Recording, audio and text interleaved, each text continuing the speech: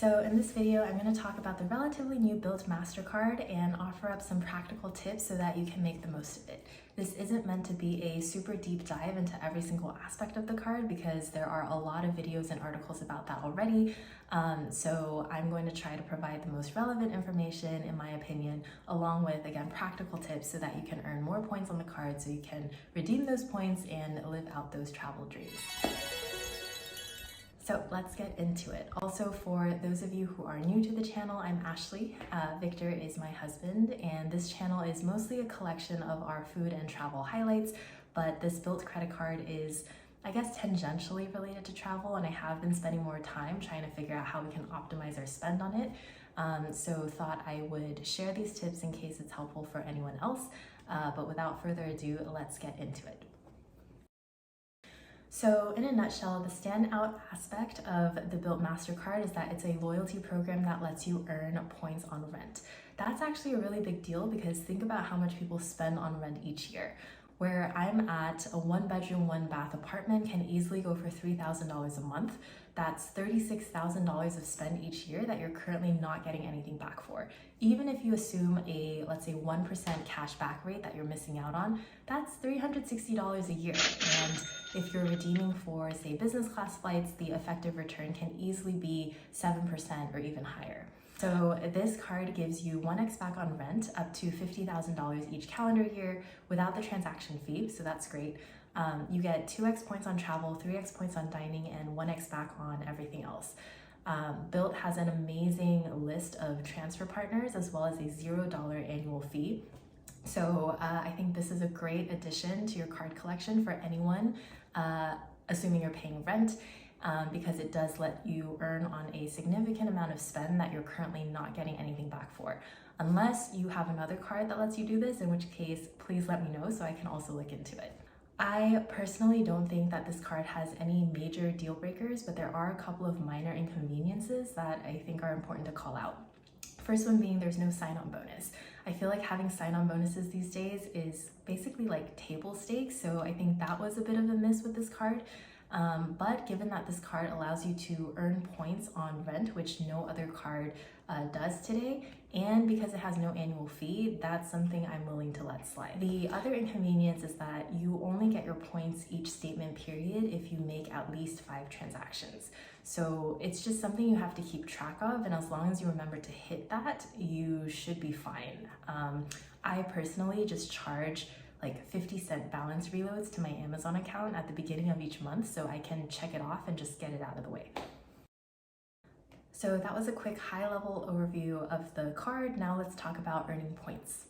So in a snapshot, the Bilt points earning structure looks like this. You get 1x back on rent payments without the transaction fee up to $50,000 each calendar year, 2x points on travel, 3x points on dining, and 1x back on everything else.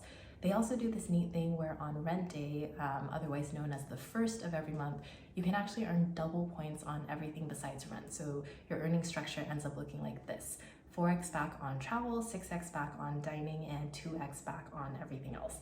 That's pretty good. They do cap you at 10,000 bonus points on rent day, but that's still a lot of additional points that you can rack up. So if you have a big purchase that's not urgent and you can save it for the first of the next month, do it so that you can double your earnings, assuming, of course, you don't have another card that would get you more points of equivalent value for the same spend. The other neat thing that Bilt offers is interest on your points.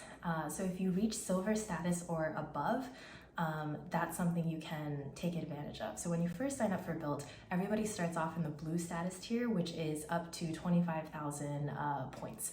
Once you earn past 25,000 points, you move into the silver status tier, which is where you can start earning interest on your points. I don't think any other loyalty program lets you do this. So even though the interest rates are based on the FDIC published national savings rate, aka very, very low interest, at least you're getting something back for having your points just sit there as you save up and figure out what you want to redeem them on. And last but not least, you can earn points through referrals. So you get 2,500 points per referral with a 10,000 point bonus every 5 referrals. So honestly, that's not a lot per referral, but the good thing is that the bonus points cap is ridiculously high. So you can actually earn up to, I think, 2,025,000 points. So if you have a lot of friends, convince them to get this card and it'll be a win-win. And of course, if you find this video helpful and want to apply through my referral link, I would be eternally grateful, and I've linked my referral link in the description box below.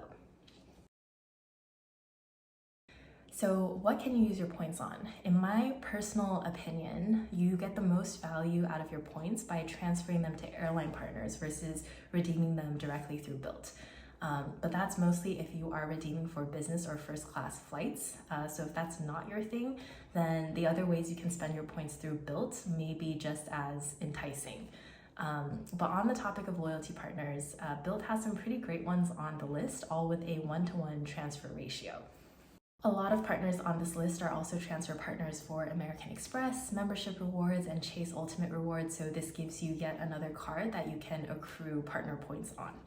You can also get 100 Bilt points for every partner loyalty program that you link to your Bilt account, so that's another kind of easy way to rack up 1,400 points. To put some of these reward redemptions into perspective, since that was the biggest question I had when I first got into the world of credit card points, it's like everybody talks about how credit card points can get you business class flights for free, but like through which airlines and how many points are we talking about?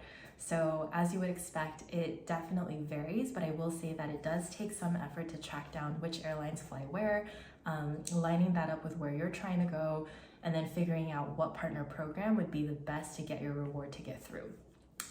So for context, here are some recent-ish business class reward redemptions that I've cashed in. So in October of 2022, I redeemed 75,000 Aeroplan points for a business class flight through ANA from San Francisco to Tokyo.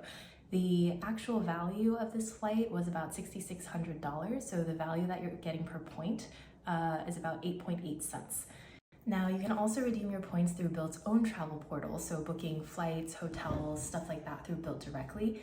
And according to Bilt, 10,000 points would cover $125 in travel purchases. So that gives you a value of 1.25 cents per point. So not nearly as good as the business class flight redemptions I walked through earlier, but this is probably a more straightforward redemption option, as you don't have to go through the headache of figuring out airlines, flight routes, loyalty programs, all of that. You can also use your points on Amazon. You can use your points towards your next rent payment and a variety of fitness classes that Bilt partners with, including SoulCycle and Rumble, to name a couple. But these redemption options I'm not as familiar with, so would recommend looking into them on your own if that's something you're interested in. All right, now that we've covered the key aspects of the Bilt Mastercard, let's talk through some practical tips that can help you get the most out of the card. These are in no particular order, but one, you want to keep in mind that you can't earn more than 50,000 points each calendar year on rent. So 50,000 points is a lot, but if your rent is over $4,166 a month, you might have some rent spend that you won't be able to earn points on. But if you're a couple, for example, and right now only one of you is paying the entire rent payment, you might want to consider splitting the payment in half so that you can earn on all of your rent spend. So if your total monthly rent is, say, $6,000, that's $72,000 in spend on rent each year. With one Bilt card, you can only earn 50,000 points each year, but if you divide the payment in half and split it across two Bilt cards, then you would each earn 36,000 points, so collectively 72,000 points altogether. Since Bilt also offers double points on rent day on everything besides rent, try to do some purchase planning so that you can take advantage of that. So for recurring payments like streaming services, utilities, internet, see if you can adjust your billing or payment date to the first of each month. So here's an example of how to do that on Netflix. If you have other large purchases that can wait until the first of each month, consider doing that to get the most out of your spend. We, for example, have a bunch of insurance payments coming up, so we are waiting to put that through until the first of the next month. But these small optimizations can really help you earn more in the long run, and every point counts. The last tip is to make sure you remember the 5 transaction threshold so that you can earn your points every statement period. This one is the one kind of annoying thing about Bilt. So if you make 1 rent payment per month and that's it, you're not going to earn those points. So I like to get these out of the way early in the month so I don't forget. And the first of the month is your best option because of the double points promo. So you can reload your Amazon balance, I think 50 cents at a time. So that's if you want to minimize the extra spend. But you have, if you have a running list of larger purchases that are not urgent, you shouldn't have any problem hitting the 5 transaction threshold. All right, so I hope this video was helpful. If you have any questions, feel free to drop them in the comments below. And again, if you want to apply through my referral link, I would really appreciate it. You can find my link in the description box below. Thanks so much for watching.